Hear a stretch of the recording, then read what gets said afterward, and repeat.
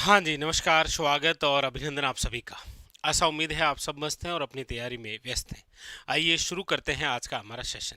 जैसा आप सबको विदित है कि हम फिलहाल आरपीसी द्वारा जो एग्ज़ाम कंडक्ट करवाए गए हैं, उनमें जो राजस्थान जीके के क्वेश्चन आए हैं, उन क्वेश्चनों का कर रहे हैं सॉल्यूशन, और वो भी बदलते हुए पैटर्न के आधार पर। ठीक है जी, तो चलिए, ये रहा आज के हमारे सेशन का पहला क्वेश्चन। क्या कह रहा है देखिएगा। इससे पहले वाले जो क्वेश्चन थे वो तो हमने कर लिए थे, और आज के हमारे सेशन का जो पहला क्वेश्चन है वो आपके सामने ये रहा। लीजिए क्या कह रहा है देखिएगा। पूछा जा रहा है आपसे, निम्नलिखित में से कौन सी रचना जसनाती संप्रदाय से संबंधित है। यानी कि आपके सामने कुछ रचनाओं के नाम दे रखे हैं और आपको पूछा जा रहा है कि इनमें से कौन सी रचना जो है वो आपके जसनाती संप्रदाय से संबंधित है। जसनाती संप्रदाय के बारे में चर्चा करते हैं तो आप सब जानते हैं कि इस संप्रदाय के जो फाउंडर हैं वो है आपके संत जसनाथ जी। जसनाती जो संप्रदाय है, इसकी जो प्रमुख पीठ है वो है आपके सामने, याद रखिएगा, कत्रियासर। कौन सी है? कत्रियासर। ये कहाँ पर है? तो याद रखिएगा, बीकानेर में। इसी संप्रदाय से संबंधित एक नृत्य भी है, याद रखिएगा कौन सा? वो है आपके अग्नि नृत्य। और ये जो अग्नि नृत्य है ये केवल किनके द्वारा होता है? तो याद रखिएगा, केवल पुरुषों द्वारा किया जाता है। ये अग्नि नृत्य का अवसर कौन सा है? अवसर की यदि हम बात करेंगे तो देखिए, ये होली के अवसर पर भी आयोजित होता है, ये आपके जन्माष्टमी के अवसर पर भी आयोजित होता है। ये भी आप याद रखेंगे। अग्नि नृत्य जब करते हैं तब आपको पता हो तो एक घोष होता है, वो है आपके फतेह फतेह, और एक घोष होता है रुस्तम जी रुस्तम जी, रुस्तम जी रुस्तम जी। इस प्रकार से यहाँ पर इसी संप्रदाय से संबंधित कुछ रचनाएं दे रखी है, जहाँ पर नाम है आपके सामने, देखो, झलम झुमरो। झलम झुमरो जो है और सिद्ध जीरो श्रीलोको जो है, ये दोनों दोनों जो है वो आपके जसनाती संप्रदाय से संबंधित है। और याद रखेंगे शिम्बू दड़ा, अच्छा एक नाम और भी आ सकता है, वो है कोंडा। ये रचनाएं जो है ये भी किससे संबंधित है? याद रखिएगा, जसनाती संप्रदाय से। याद रखेंगे, वेरी वेरी इंपॉर्टेंट। तो यहाँ पर एक दो और तीन, एक दो और तीन, याद रखिएगा ऑप्शन नंबर जो है वो क्या हो जाएगा आपके सामने? ए इज ए करेक्ट आंसर। तीनों तीनों जो रचनाएं हैं वो किनकी है? आपके जसनाथ जी की। जलम झुमरो, सिद्ध जीरो शिरलोका, और शिम्बू दड़ा, और एक नाम और याद रखिएगा, कोंडा। ये सब किससे संबंधित है? जसनाती संप्रदाय से। ऑप्शन नंबर जो है वो क्या हो जाएगा? ए इज ए करेक्ट आंसर। आगे अगला अगला है आपके सामने, लीजिए क्या कह रहा है देखिए। पूछा जा रहा है आपसे, राजस्थान में पर्यटन विभाग द्वारा आयोजित किए जाने वाले विभिन्न महोत्सव और जो उत्सव है उनको उनसे संबंधित आयोजन स्थलों के साथ सम्मिलित करें। नीचे दिए गए कोड की सहायता से सही विकल्प का चुनाव करें। यहाँ पर एक तरफ आपके सामने राजस्थान में आयोजित होने वाले प्रमुख महोत्सव या उत्सव दे रखे हैं, और सामने वो महोत्सव या उत्सव जो है वो कहाँ पर, वो स्थान दे रखा है। आपको मिलान करना है कौन सा महोत्सव कौन से स्थान या कौन से जिले से संबंधित है। और लगभग आप एग्जाम के अंदर देखेंगे कि यहाँ उत्सव या महोत्सव से रिलेटेड क्वेश्चन आता ही आता है। ठीक है, तो एक छोटा सा मास्टर कैप्सूल बना देंगे इसका।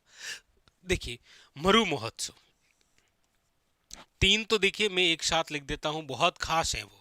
कौन कौन से देखो, एक तो है आपके मरु महोत्सव,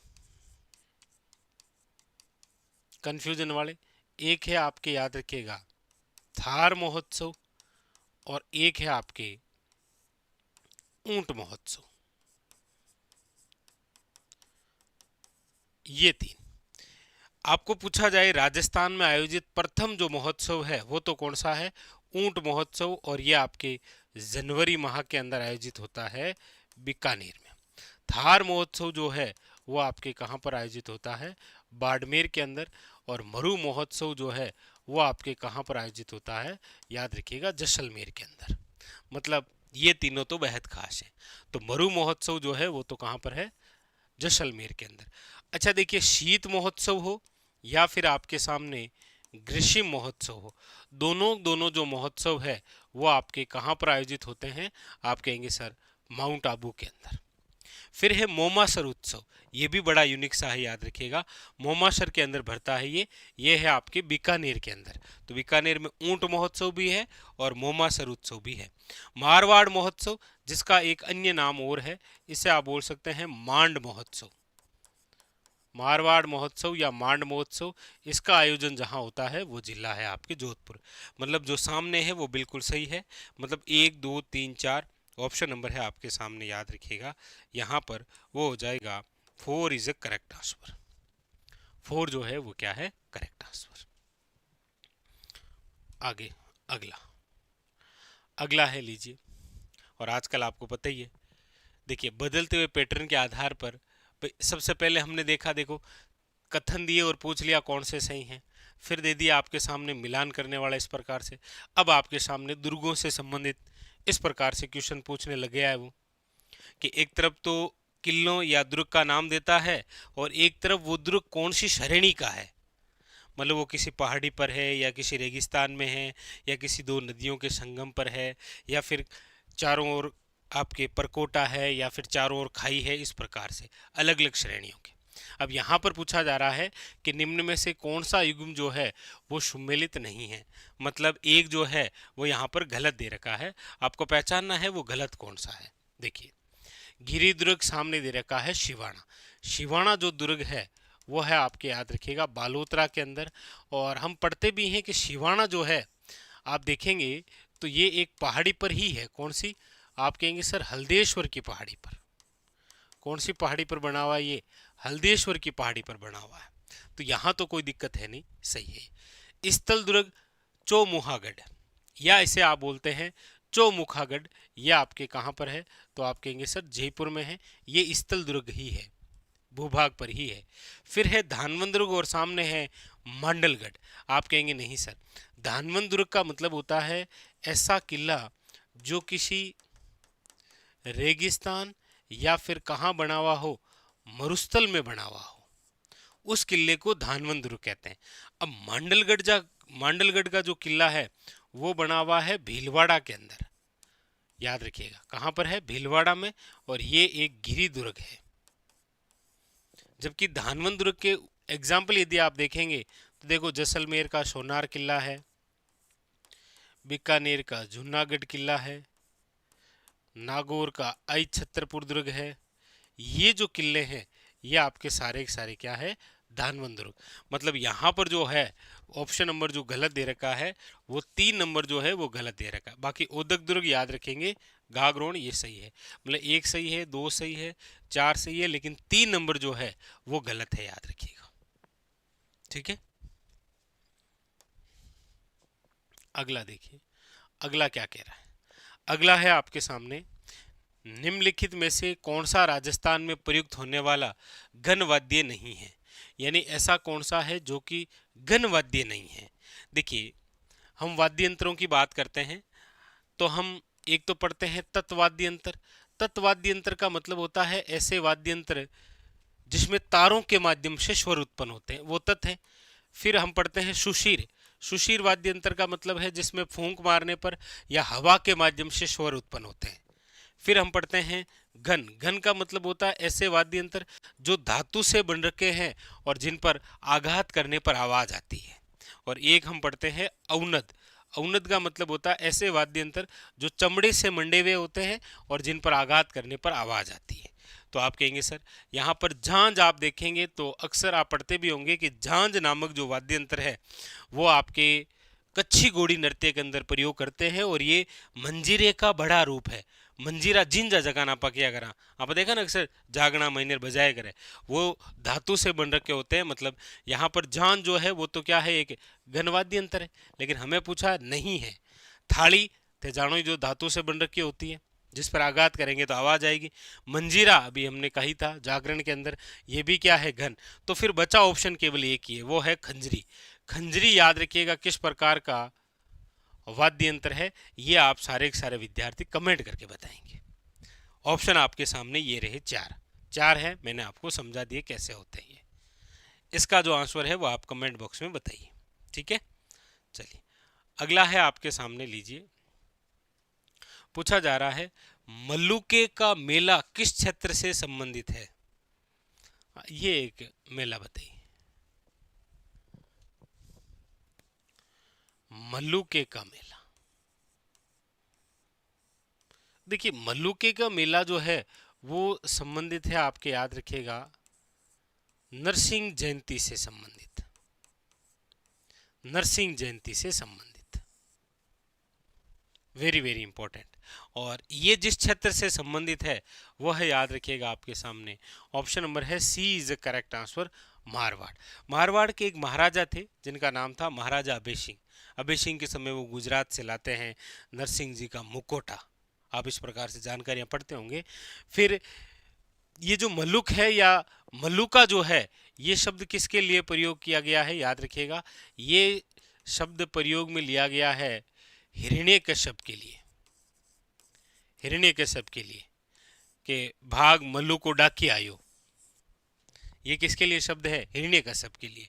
तो यहां पर जो ऑप्शन नंबर है वो याद रखिएगा 3 नंबर इज करेक्ट आंसर है, मारवाड़ क्षेत्र का। अगला, सूची फर्स्ट का सूची सेकंड से मिलान करो। ये भी बहुत अच्छा बेहतरीन सा क्वेश्चन है। लोक नाट्यों से रिलेटेड इस प्रकार के क्वेश्चन आपके सामने। लीजिए, सूची फर्स्ट का सूची सेकंड से मिलान करना है आपको, ठीक है। सूची फर्स्ट का सूची सेकंड से, जहां एक तरफ ख्याल है और एक तरफ आपको बताना है कि किस प्रकार ख्याल का संबंध जो है वो किस प्रकार के प्रसंग से है। जैसे अली बख्शी ख्याल की यदि हम बात करेंगे तो इसका संबंध है निहाल दे से, याद रखेंगे आप। तूरा कलंगी जो ख्याल है इसका संबंध जो है वो है आपके रुक्मणी मंगल से, ये लो। कुचामणी जो ख्याल है इसका संबंध है आपके राव रिडमल से। और शेखावटी जो ख्याल है इसका संबंध है आपके पृथ्वीराज से। अली बख्शी जो ख्याल है, याद रखिएगा, आप सब पढ़ते ही हैं, ये है आपके मुंडावर की। मुंडावर, मुंडावर अब सब जानते हैं किस में आता है, खेरतल तिजारा के अंदर। बाकी अली बख्शी जो ख्याल है इसका संबंध किससे हुआ करता था, अलवर से ही हुआ करता था, जिसके प्रवर्तक थे अली बख्श, जिन्हें अलवर का रशकान कहते हैं। तूरा कलंगी ख्याल आप सब जानते हैं, तूरा का मतलब होता है शिव, कलंगी का मतलब है पार्वती। कुचामणी ख्याल की यदि हम बात करेंगे तो प्रवर्तक जो है वो है आपके कौन से, अच्छा खासा क्वेश्चन आता है, लच्छीराम। फिर शेखावटी ख्याल की हम बात करेंगे तो इसके प्रवर्तक कौन है, याद रखिएगा, नानूराम। तो फिर तूरा कलंगी ख्याल के प्रवर्तक कौन है, तो आप कहेंगे सर वो है शाह अली वे तुक्कनगीर, शाह अली वे तुक्कनगीर, याद रखिएगा, ठीक है। और अली बख्शी ख्याल के अली बख्श स्वयं है। तो यहां पर जो ऑप्शन नंबर है वो हो जाएगा आपके सामने 4 इज करेक्ट आंसर, याद रखिएगा। अगला लीजिए, राजस्थान की थेवा कला में धारणा, क्या धारणा किसे कहा जाता है, बताइए, धारणा किसे कहा गया है। थेवा कला के अंदर शब्द है धारणा। सबसे पहले देखिए ये थेवा कला जो है ये कहाँ की प्रसिद्ध है, तो आप कहेंगे सर थेवा कला जो है वो प्रसिद्ध है आपके प्रतापगढ़ की। अच्छा, कौन से परिवार से, तो याद रखिएगा सोनी परिवार से संबंधित है, याद रखिएगा। आप नाम पढ़ते हैं ना, नाथू जी सोनी। थेवा कला वैसे होती क्या है, तो आप कहेंगे सर थेवा कला का तात्पर्य क्या है। अब यहाँ ऑप्शन में देखिए क्या क्या दे रखा है। ये कह रहा है कांच पर चित्रकारी है, कांच पर सोने की पतली वर्क के बारीक जाल को धारणा कहते हैं, विभिन्न रंगों के कांच को कहते हैं, या कांच पर चांदी के बारीक तार। आप कहेंगे सर थेवा कला का मतलब है बेलेजियम कांच पर सोने की पतली वर्क जो बारीक की जाती है उसे हम क्या कहते हैं, याद रखिएगा धारणा। मतलब यहां पर जो ऑप्शन नंबर है वो हो जाएगा आपके सामने 2 इज ए करेक्ट आंसर, याद रखिएगा। अगला, जयपुर राज्य के जयपुर राज्य के किस शासक ने 36 कारखाने की स्थापना की थी? 36 कारखाने। हम पढ़ते भी हैं कई बार सूरत कारखाने,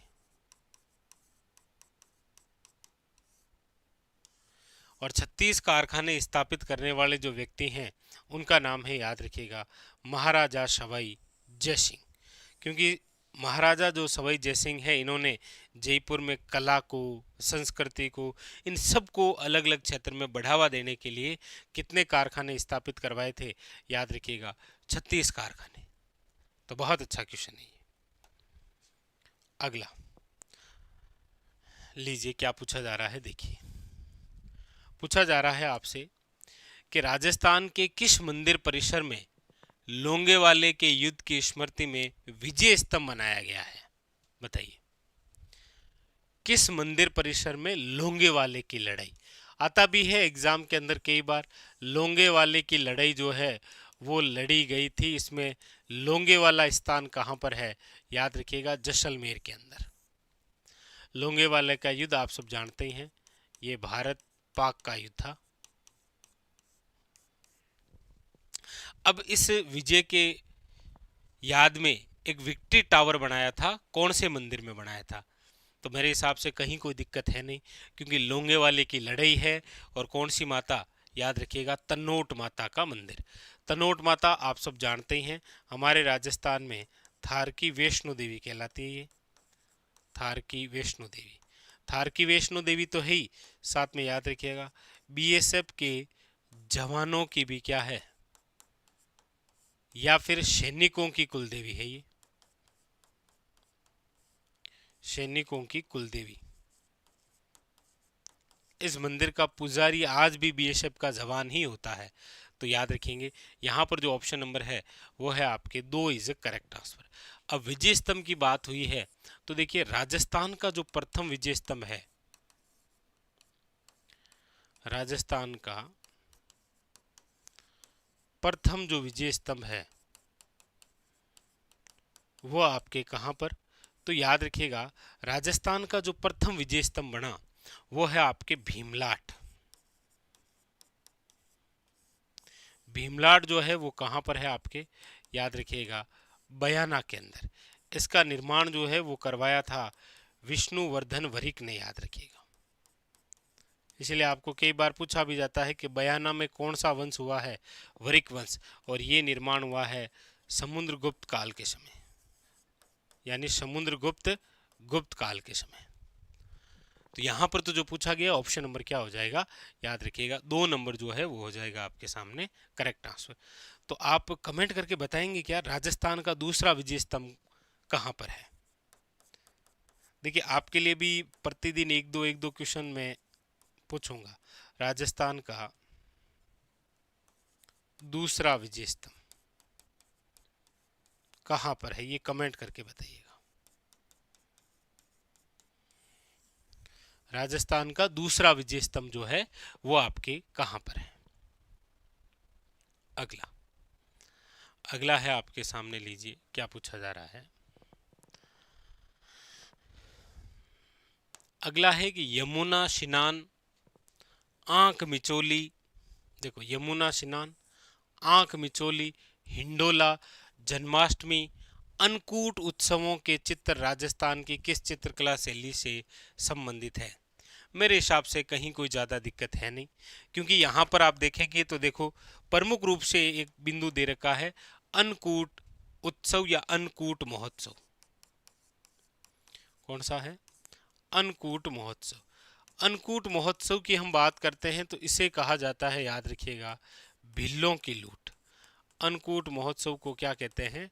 याद रखिएगा, भिल्लों की लूट। और ये कहाँ का प्रसिद्ध है? तो आप कहेंगे सर नाथद्वारा। तो यहाँ पर ऑप्शन नंबर जो है वो क्या हो जाएगा? नाथद्वारा चित्रशैली।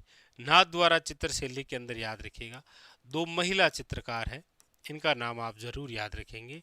एक का नाम है कमला और एक का नाम है, याद रखिएगा, इलायची। ठीक है, तो ऑप्शन नंबर यहाँ पर जो है वो क्या हो जाएगा? ए इज द करेक्ट आंसर, याद रखिएगा, नाथद्वारा। ठीक है जी, चलिए फिर ये था आज का हमारा सेशन, जहाँ पर हमने टॉप 10 क्वेश्चन जो है इनको सोल्व किया। मिलते हैं अगले सेशन में इसी प्रकार और बेहतरीन क्वेश्चनों के साथ, इसी बदलते हुए पैटर्न के आधार पर। देखिए आगामी जो एग्ज़ाम होने वाले हैं उनके अंदर राजस्थान जीके से संबंधित ये जो सेशन है बहुत ही उपयोगी रहने वाला है आपके लिए। ठीक है, चलिए फिर मिलते हैं अगले सेशन में, तब तक के लिए धन्यवाद।